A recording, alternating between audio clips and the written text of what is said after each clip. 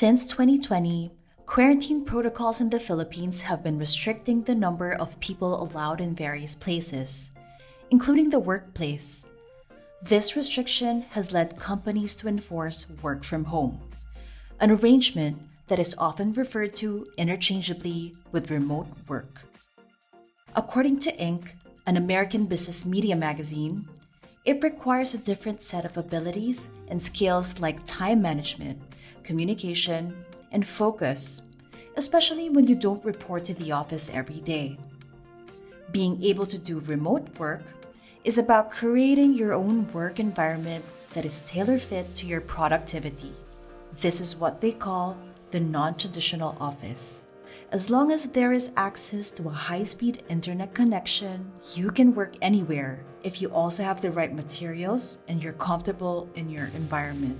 According to Active Collab, a project management solution, work from home is different because it is a temporary setup. It is an accommodation you make when you need a change of scenery. You can set up your workspace anywhere in the house, like the kitchen or a simple desk area. This is a change from the normal routine of going to the office and instead working the normal 9 to 5 with a dedicated area of work at home.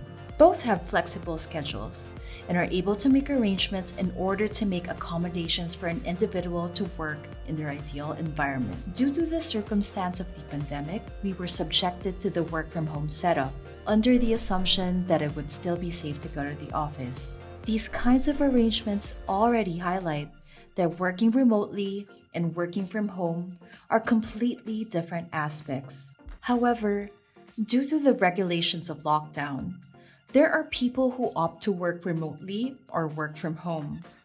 How does this work? There are employees who go to the office on select days and work from home on the following days, while there are those who opt to completely work from home.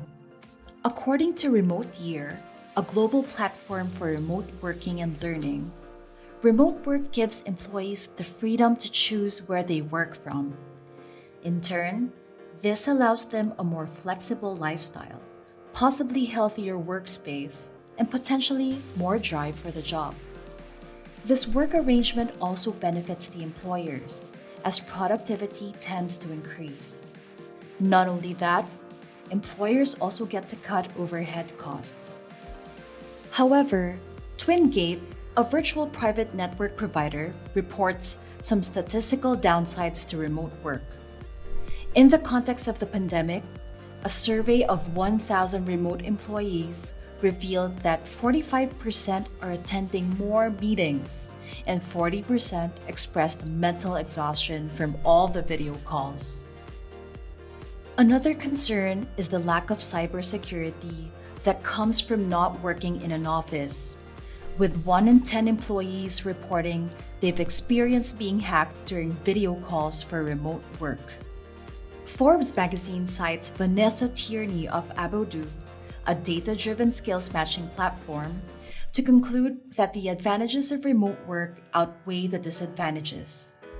She backs up her claim with the switch to remote work by social media websites like Facebook as an example of how, with appropriate procedures, remote work can enable companies to thrive from anywhere.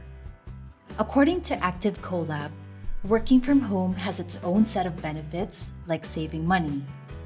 Since going to the office is simply not an option during these times, expenses like fuel or public transportation can be scratched off the list.